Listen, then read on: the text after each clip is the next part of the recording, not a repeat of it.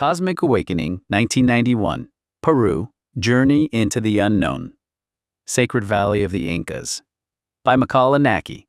April 30th, 1991. Cusco. Episode 23. Cusco, the Imperial City. The history of Cusco is essentially divided into three major eras: the Pre-Inca period, the Inca Empire period, and the Spanish colonial period. The establishment of the Inca Empire began in the early 13th century. Prior to the Inca Empire, various cultures flourished in the Cusco region. Beginning around 1000 BCE, the Wari culture, and in the higher altitudes of Bolivia, the Tiwanaku culture prospered. The Wari culture. The Wari, or Huri, culture was an advanced civilization that flourished in modern-day Peru between approximately 600 and 1000 CE. Developing under the influence of earlier pre-Inca cultures, such as the Nazca and Tiwanaku. Centered around the modern Ayacucho region in the central Andes, its influence spread widely and laid crucial groundwork for the later Inca Empire. The Wari developed sophisticated agricultural techniques, irrigation systems, and urban planning, utilizing terrace farming and irrigation to cultivate crops in the arid Andean highlands. This stable food supply allowed them to maintain large-scale urban centers.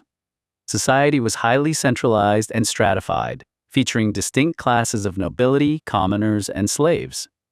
The Wari archaeological site, located in Ayacucho, this vast urban site features elaborate stone architecture and road networks, functioning as the political and cultural heart of the Wari civilization. Another important Wari site near Cusco is Qorikancha, renowned for its complex and advanced urban planning. The Tiwanaku culture. Developed from around 1500 BCE to 1000 CE in the highlands of modern-day Bolivia around Lake Titicaca, the Tiwanaku civilization is celebrated for its monumental architecture, advanced engineering, and wide-reaching cultural impact, peaking between 400 and 900 CE, spanning Japan's Kofun, Nara, and early Heian periods. The Tiwanaku archaeological site, located about 20 kilometers southeast of Lake Titicaca.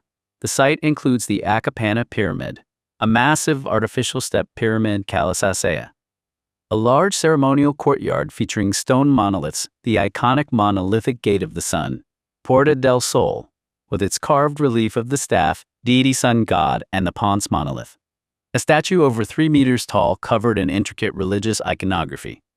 Unlike the Wari, Tiwanaku agriculture utilized high-altitude raised field systems, camelones or sucacalas, alongside terrace farming to thrive in harsh environments. The early history of the Inca Empire has been passed down through oral tradition. According to legend, the first emperor, Manco Inca, founded Cusco, establishing it as the center of Inca civilization.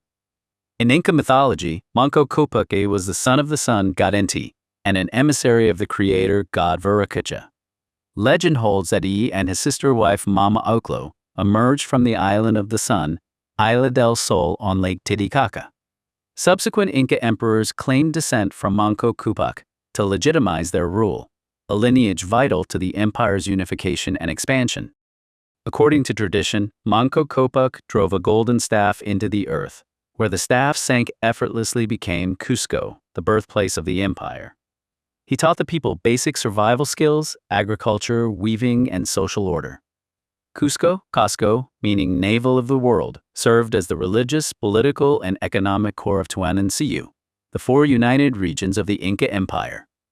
Spanning the early 15th to early 16th centuries, concurrent with Japan's Muromachi and Sengoku periods, and Europe's Renaissance, Age of Discovery and Reformation, the Inca Empire grew into a vast superpower stretching across modern Peru, Ecuador, Bolivia, Chile, Argentina, and Colombia. This era is known as the Inca Golden Age, reaching its zenith under Pachacuti Inca Yupanqui and his successors. Pachacuti Inca Yupanqui.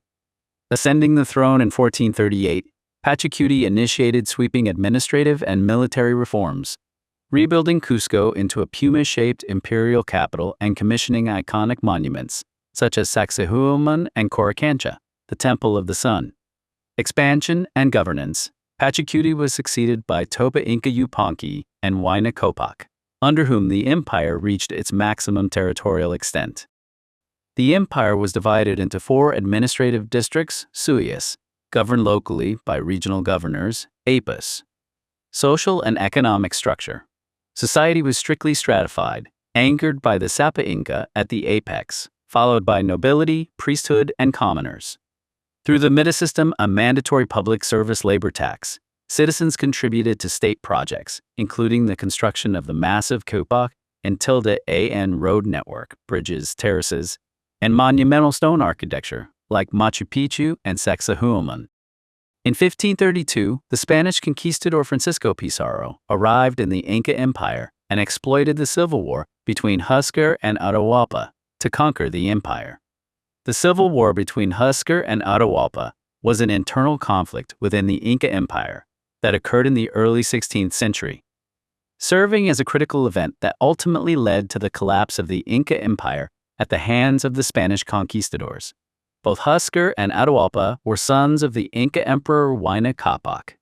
Huáscar was born and raised in Cusco, while Atahualpa was born in Quito. Huayna Capac died around 1532, likely from smallpox brought by the arrival of the Spanish. His death triggered a succession struggle for the empire, temporarily dividing it into 2 factions. Huáscar ruled Cusco, while Atahualpa controlled northern Quito. Huáscar ascended as Inca emperor, with the backing of the Cusco nobility, and sought to centralize autocratic control. However, growing friction with Atahualpa in the north led Atahualpa to launch a rebellion backed by the seasoned military forces of Quito, who maintained the upper hand early in the conflict. Fierce fighting raged between the 2 factions starting around 1529, and in 1532, Atahualpa decisively defeated Huáscar's army and captured Huáscar. Huáscar was subsequently executed, making Atahualpa the de facto ruler of the Inca Empire. However, the civil war severely weakened the empire, paving the way for a swift Spanish conquest. In the same year, 1532, Francisco Pizarro arrived in South America. After meeting with Atahualpa, Pizarro captured him at the Battle of Cajamarca, which took place on November 16, 1532, in the northern Peruvian city of Cajamarca, a defeat that set off the irreversible collapse of the empire. When Pizarro and his contingent of Spanish conquistadors reached Peru in 1532, they marched inland with only a small force, drawn by the legendary wealth of the Inca Empire. Arriving in Cajamarca, Pizarro requested an audience with Atahualpa. While Atahualpa outwardly feigned hospitality toward the Spaniards, he inwardly held them in contempt. Pizarro planned a surprise ambush. When Atahualpa arrived for the meeting, Pizarro ordered his concealed troops to attack. Leveraging Spanish firearms and cavalry horses, the surprise assault plunged the Inca forces into utter chaos. Thousands of Inca soldiers were slaughtered and Atahualpa was taken captive. Held for ransom, Atahualpa was forced to promise a colossal fortune in gold and silver to secure his freedom. The Incas dutifully gathered and paid this immense bounty, yet Atahualpa was ultimately executed the following year, in 1533. His execution shocked the Inca nobility and military, paralyzing organized resistance against the foreign invaders and accelerating the empire's collapse. Following Atahualpa's execution, Inca nobles and leaders, still heavily weakened by civil war and epidemics, attempted scattered pockets of organized resistance against the Spanish across various regions. However, Pizarro pushed forward his march toward Cusco, the religious and political heart of the Inca Empire, and a strategically vital objective. His force consisted of several hundred Spanish soldiers, accompanied by indigenous allied tribes. Reaching Cusco, Pizarro's forces captured the city with minimal resistance, as many Inca nobles and citizens fled, overwhelmed by Spanish technology and military might. Pizarro proceeded to plunder vast amounts of gold and silver from Cusco's palaces and temples, initiating shipments back to Spain. To suppress remaining resistance factions, Pizarro collaborated with local allied tribes. In 1534, he began constructing a new Spanish-style municipality over the foundations of Cusco, utilizing existing Inca stonework to build the new city. Having subdued the imperial capital, the conquistadors systematically conquered key Inca urban centers one by one. Manco Inca Yupanqui was one of the Inca emperors, Sapa Inca, who famously led the resistance movement against Spanish subjugation. Born as a son of Emperor Huayna Capac, Manco Inca belonged to the royal lineage, and became embroiled in the succession disputes alongside his brothers. Following Atahualpa's execution, Francisco Pizarro installed Manco Inca as a puppet emperor to maintain control over the populace. Although Manco Inca initially cooperated with the Spanish, mounting oppression, abuse, and disrespect by the conquerors soon kindled deep resentment. In 1536, Manco Inca Yupanqui launched a massive rebellion to retake Cusco, surrounding the city with a formidable force and placing it under a months-long siege in a powerful bid to liberate the capital from Spanish rule. Ultimately, however, the arrival of Spanish reinforcements forced the Inca army to lift the siege and retreat. Following the failure of the Cusco siege, Manco Inca retreated into the rugged, mountainous terrain of Vilcabamba, located in the Peruvian Andes, roughly 130 kilometers northwest of Cusco. Surrounded by forbidding peaks, the geography of Vilcabamba offered ideal defensive conditions to evade Spanish assaults. It became the stronghold of the Inca resistance, from which Manco Inca and his followers waged a prolonged guerrilla campaign, ambushing Spanish supply lines and disrupting colonial control. As part of the Spanish counterinsurgency operations to crush Manco Inca's rebellion, the Urubamba campaign and purges unfolded. The Urubamba Valley served as a crucial agricultural breadbasket for the empire, rich in settlements and sacred sites, making it strategically vital for the resistance as well. Spanish forces marched into the Urubamba Valley to subdue the rebels, where superior firearms and cavalry gave them an overwhelming tactical edge. The Incas fought bravely in brutal, fierce engagements, but thousands of Inca soldiers and civilians fell victim to Spanish armaments. These campaigns severely crippled organized Inca resistance, scattering leadership and neutralizing remaining forces. Through this series of pacification conflicts, Spain solidified its dominance over the Inca heartland and laid the groundwork for continental colonial rule across South America. Manco Inca continued his resistance from Vilcabamba, where he reportedly held a number of Spanish prisoners as part of his political and military strategy. However, Manco Inca was assassinated in 1544 during a mutiny incited by those very captives. Following his murder, Inca soldiers immediately executed all the prisoners, suppressing the mutiny. But the death of Manco Inca dealt a devastating blow to the broader resistance movement. Following Manco Inca Yupanqui, his son Titu Cusi Yupanqui ruled Vilcabamba. And after Titu Cusi's death, his younger brother Tupac Amaru ascended as the final Inca ruler. In 1572, the Spanish Viceroy Francisco de Toledo resolved to eliminate the last pocket of native resistance, once and for all, launching a full-scale military expedition against Vilcabamba. Tupac Amaru was captured, subjected to a Spanish colonial trial, and publicly executed. With his death, the final stronghold of the Inca Empire fell, bringing armed native resistance to an end. Spain seized the vast resources of the Inca Empire, establishing firm dominion across South America. Consequently, traditional Inca social structures and culture underwent radical transformation under Spanish colonial policy.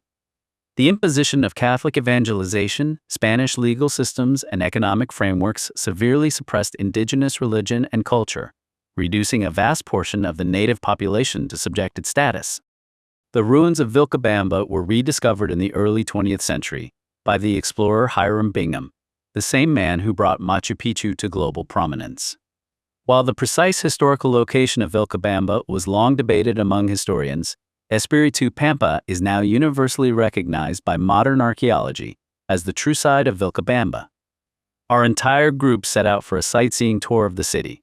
Our first destination was the Church of Santo Domingo, inside of which stands the Temple of the Sun, said to embody the pinnacle of Inca engineering.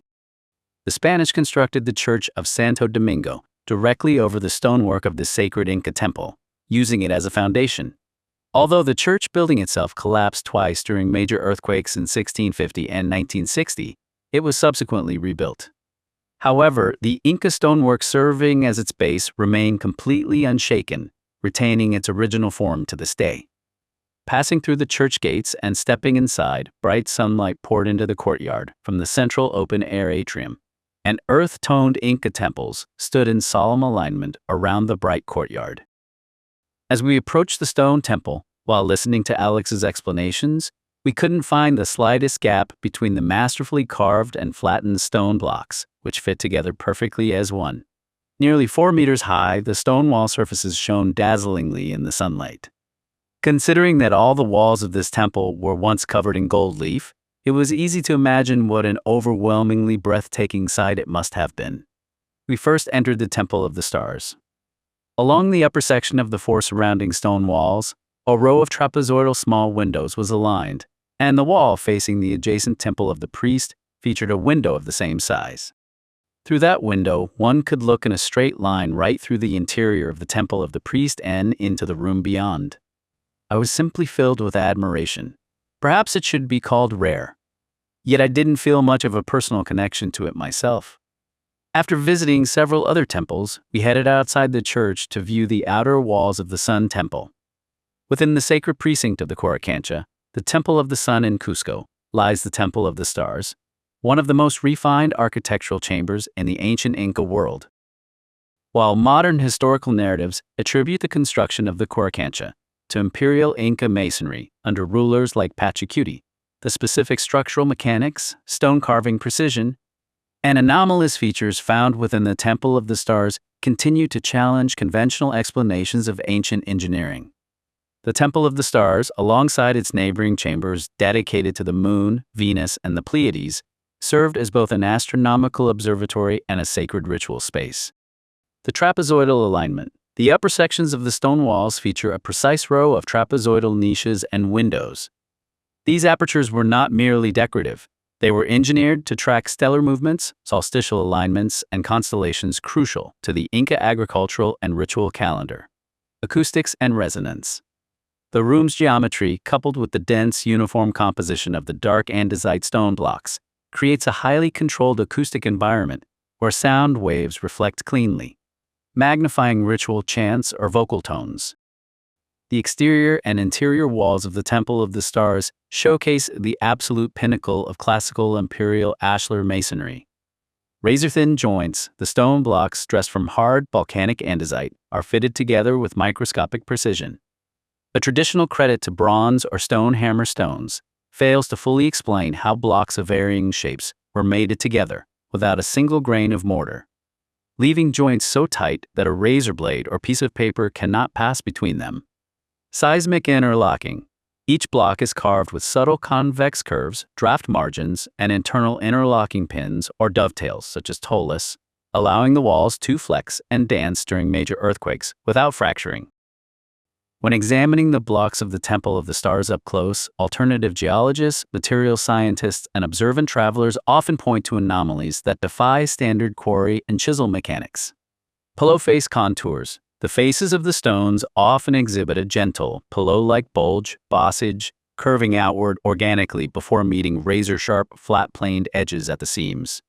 The fluidity of the seams, rather than looking like two rigid blocks aggressively hammered into submission against one another, many joints possess an undulating, nearly fluid interface, as if the material was manipulated while in a semi-plastic or softened state. Proponents of the geopolymer stone softening hypothesis suggest that such precision was achieved not by abrasive removal of tons of hard rock, but by molding, casting, or utilizing chemical thermal softening agents that allowed builders to press blocks together like clay before final crystallization. Whether viewed as the ultimate triumph of human manual patience and Bronze Age engineering, or as evidence of a lost technology of mineral manipulation, the Temple of the Stars remains a stunning testament to an ancient civilization that treated stone not as a dead, unyielding medium, but as a living, resonant canvas. Passing through a large wooden gate and surveying the courtyard, we saw an Inca stone wall towering well over 6 meters high, forming the exterior wall of the church with a gentle curve that encircled nearly half of the structure. Descending the stone stairs to the Spring of the Virgins of the Sun, Alex remarked that this area too had once shone brilliantly with gold. Because the Temple of the Sun was filled entirely with gold, it was known as the Qorikancha, the golden enclosure. The golden walls were adorned with golden maize stalks, alongside 20 golden sheep, accompanied by their young, and statues of shepherds holding golden slingshots and branches. It is said there were also over 30 silver storehouses. Only the chosen virgins of the sun young maidens gathered from all across the empire at the age of 17, were permitted to enter the spring located within that magnificent golden courtyard. We walked a complete circle around the courtyard and returned inside the church period, stepping through the open door of a chapel near the entrance. Vibrant colored light streamed into the room from stained glass windows stretching up to the high ceiling, and in their shadow stood a statue of the Virgin Mary cradling the infant Christ. Entering such a sacred, tranquil space filled me with a reverent feeling, even though I'm not a Christian. I left the chapel and reunited with Tadashi and Tamtam. While admiring the Temple of the Moon and the Temple of the Stars, I noticed Tamtam softly raising her voice in tears. When Tadashi asked her, "Did you remember something?" she replied, "As I was touching these stone walls, I felt, it ended up like this." Or rather, somehow felt endearing, like they were my own children, and the tears just started coming. To that response, Tadashi gently said, "Is that so? You must have been an Inca architect or something in a past life." Hearing their conversation made me feel strangely happy. Through touching Inca architecture, stones, the earth, and the air in this manner, we had experienced a wide range of emotions. This journey, which might seem like a mere tour of Inca ruins, was likely activating our ancient memories, gradually helping us discover our true selves while integrating fractured recollections. And it is because we are drawn to places that activate such hidden memories of our own that we travel far and wide. Following this journey, we would travel together to Egypt and visit the Mayan ruins. Watching Tamtam continue to quietly shed tears revived memories of when I had wept endlessly across the prairies of Urubamba, drawing me back toward those gleaming green fields. Tadashi and I headed toward the exit, leaving behind Tamtam, who was walking very slowly and looking over the wall surfaces with immense care, gently touching the stone walls. We boarded the bus once more and headed toward the ruins of Sacsayhuaman, located just outside the city of Cusco. Along the way, we stopped at a hill overlooking the entire city, taking in the view of Cusco's undulating landscape of beautiful brown rooftops. Standing on that hill, a massive, stark white statue of Christ with outstretched arms, easily 10 meters tall, looked down over the city of Cusco. The word Sacsayhuaman is a Quechua term, often translated as place where the hawk is satisfied or speckled falcon. Long ago, when the 9th Emperor Pachacuti embarked on a massive rebuilding of the imperial capital, he deliberately redesigned the entire city of Cusco in the shape of a puma, a sacred animal in Andean cosmology representing the earthly realm, Pacha. In this grand urban plan, the large Plaza de Armas, originally known as Huacaipata, served as the feline's heart and body. The converging rivers formed its tail, and a colossal complex of Sacsayhuaman formed its imposing head. The three-tiered, zigzagging megalithic walls of the complex were specifically designed to represent the puma's jagged teeth and bristling mane. Construction of this monumental site began during Pachacuti's reign in the mid-15th century and was continued by his successors, Topa Inca Yupanqui and Huayna Capac. It required a staggering feat of engineering driven by the MITA system, a state-mandated labor tax. An estimated 20,000 to 30,000 conscripted laborers worked simultaneously, utilizing sheer manpower, log rollers, and earthen ramps to drag colossal limestone and andesite boulders from quarries miles away. Without the use of wheels or iron tools, they carved and fitted stones, some standing over 8 meters tall and weighing upwards of 120 tons. With such microscopic precision that not even a blade of grass could fit between them. It is said that the project took nearly a century to complete, meaning this sprawling complex was practically brand new when the Spanish army invaded Cusco in 1533. While the Spanish immediately classified it as a military fortress due to its impregnable battlements for the Incas, Sacsayhuaman was primarily a magnificent ceremonial and religious center, dedicated to the sun, Inti, and the deity of thunder and lightning, Illapa. Tragically, its military utility was put to the ultimate test shortly after its completion. During Manco Inca's fierce rebellion in 1536, Sacsayhuaman became the epicenter of a bloody siege. Inca forces seized the complex and used its commanding heights to bombard the Spanish trapped in the city below, leading to one of the most brutal battles of the conquest. Following the eventual defeat of the Incas, the Spanish systematically dismantled much of the site. They used its impeccably carved smaller stones as a convenient quarry to build the colonial cathedrals and mansions of modern Cusco, leaving behind only the colossal megaliths that were simply too massive for the conquistadors to move. We got off the bus in a plaza near the ruins and first toured the circular plaza. Passing through an open area scattered with fractured ruins, one of the women suddenly stopped and gazed blankly at a large boulder. Motionless before the rock, Tadashi asked her, "Is something the matter?" "Don't you think you've seen this stone shape somewhere before?" she asked, pointing to the constricted, stepped indentation on the boulder. When I saw the stone, for some reason, the thought popped into my head that it represents the mountain with the entrance to the archive. Doesn't this rock's shape and the path-like line running across it look just like that mountain they called the Orange Half Moon? I remember her keeping her voice down, though she sounded somewhat excited. Indeed, once it was pointed out, it looks strikingly similar. That matter was later clarified during a Q&A session with Joziwa. The meaning behind that stone was that it served as a piece of a map representing the archive existing within the sacred land. If we humanity were to discover all such stone-built maps scattered across various locations and unravel their mysteries, the exact location of the archive would emerge from them. In reality, maps utilizing such rock formations existed all throughout this land. The Inca people likely used these rock-made maps for travel, much like the road signs we use today. We passed through that plaza and arrived atop a gentle hill overlooking the fortress of Sacsayhuaman. Feeling the wind sweeping across the sky of Cusco, as we stood upon the rocks forming the entire hill, the ruins stretched endlessly across a magnificent green meadow. We spent a while gazing at the scene while listening to explanations from Alex and the others. This site, which must have once reached the pinnacle of splendor, perhaps retained little of that former glory now. Only time had passed, and we could only catch glimpses of its true form within our dreams. Clambering with difficulty down the rolling hill from rock to rock, we ran across the meadow toward the fortress. As we drew closer on the run, the sheer scale of the ruins struck us with visceral reality. A sense of crushing weight, one that couldn't be felt from atop the hill, struck my eyes. Naoko and the others, astounded by the sheer magnitude of a single stone making up the ramparts, cried out, "It's huge! It's unbelievably huge!" The stones we rushed up to, breathless, easily appeared to be over 5 meters tall, making them look like tiny elves standing before the massive rocks of the fortress. Such gigantic stones were cleanly cut, dressed flat, and fitted together so tightly that not a single gap remained, stretching on for kilometers. Moreover, the fortress featured a multi-tiered terrace structure, with identical stone fortifications stacked in 3 massive, thick tiers above the lowest rampart. Because we didn't have much spare time, we couldn't take our time exploring Sacsayhuaman. Afterward, we had to tour 3 other ruins, Qorikancha, Pucapukura, and Tambamache.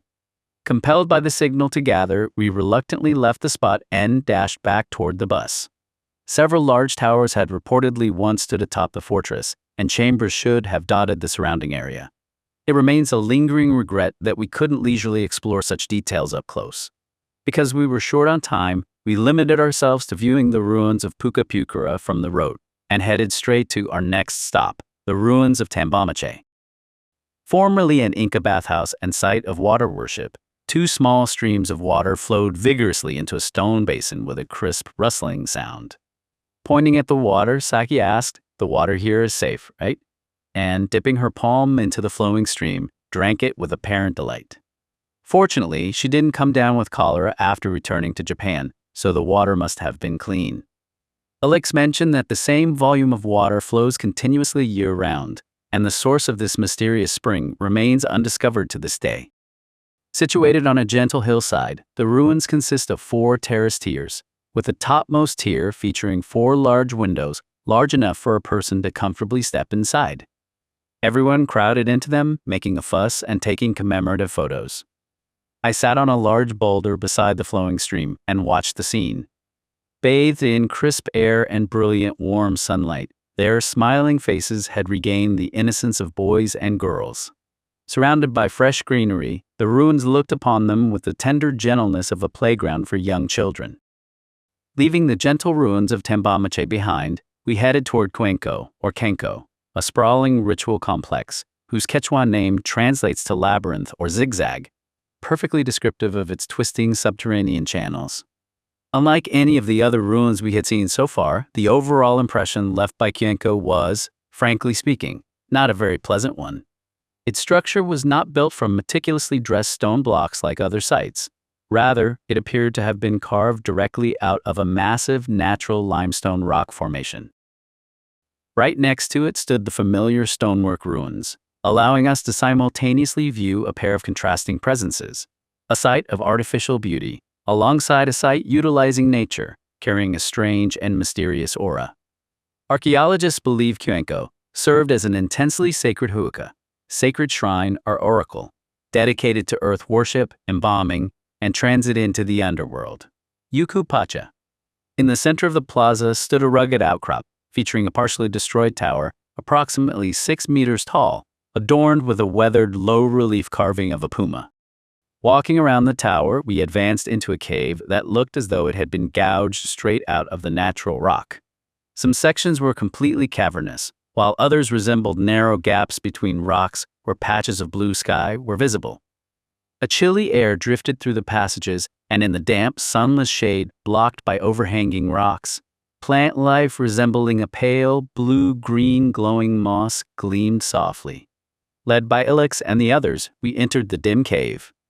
At the center sat an elaborate, multi-tiered stone platform painstakingly carved directly from the living bedrock, widely believed by historians to have been used for mummification rites, libation offerings, or animal sacrifices alongside a recessed niche or throne believed to have been occupied by the emperor during sacred solstitial ceremonies.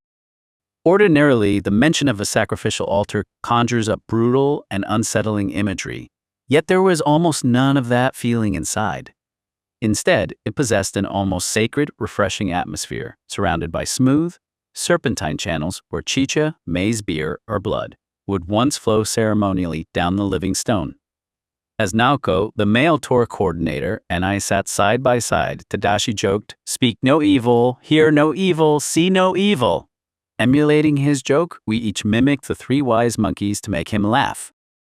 Heading toward the opposite exit of the cave, white light streamed in, illuminating the orange rock walls in subtle, delicate shades of beautiful orange. Stepping out through that brightly glowing orange exit, the world instantly transformed into a stark white landscape, referencing the massive, zigzagging, polished stone amphitheater outside, where thousands once gathered for public rituals, and before long, patches of blue sky gradually reappeared in my field of vision. We finished our whirlwind tour of the ruins near Cusco and returned to the city center. For a late lunch, instead of a large restaurant, we ducked into a small, unpretentious local diner. Sitting at a table near the latticed glass window, I looked outside to see a local boy staring right at us, carrying an old, large leather trunk filled to the brim with various brands of cigarettes. As we struggled to make sense of the complex Spanish menu, Alex came over and helped us place our orders while explaining the dishes. Because each of us ordered something different, we were able to sample a variety of unusual dishes together and enjoy popular local Peruvian fare. Afterward, we had free time to wander leisurely through the streets of Cusco, but before long, souvenir-selling children trailed after us from somewhere, persistently chanting, "Please buy this, my friend." We had to keep walking while shaking them off, replying with a freshly learned phrase, meaning, "See you tomorrow." Hasta mañana. Yet, unfazed by our rejections, one young boy kept following us, smiling brightly as he repeated, "Please buy this, my friend." In the end, we gave in to sheer persistence and browsed the items he offered. Some were of poor quality, while others were decent. We ended up buying a small unglazed clay ashtray for $1 for 2. When we paid him, he told us in broken English that his name was Rigel and that he was a friend of Edward's. We ended up running into Rigel on some street corner or another nearly every day during our stay in Cusco. It crossed my mind that Rigel might not even be going to school. That evening, feeling too lazy to go out for dinner, we decided to host an impromptu Japanese food party, using the leftover instant foods everyone had brought from Japan. Tadashi and Mika went out to a local variety store to buy beer, local snacks, and Perrier. By the time preparations were complete, word seemed to spread somehow, and people gathered one after another until the party swelled to a total of 12 or 13 people, turning the room into something resembling an exhibition hall for instant noodles and packaged meals. It felt as though every imaginable variety of Japanese food was represented there.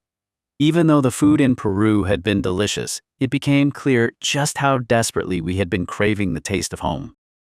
On a journey spanning such a long itinerary, simple instant foods like these do wonders to stabilize both the mind and the body. Pushing the beds aside to make room, we gathered around a small round table to eat, chatting and laughing about everything we had experienced so far, our impressions and our expectations for the days ahead. A vintage radio on the bedside table softly played music from a Peruvian station, its faint sound entirely drowned out by our laughter. I fondly recalled the anxiety I felt right after arriving at Narita Airport. Would I really be able to get along and survive a long 3-week journey with these complete strangers?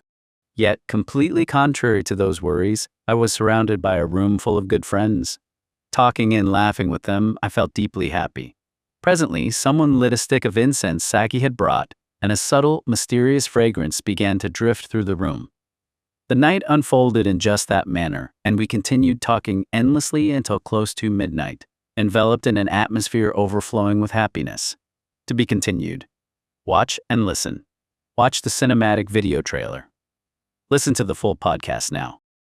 Explore the archive Cosmic Awakening Volume 1, 1991, Peru, Journey into the Unknown. Sacred Valley of the Incas.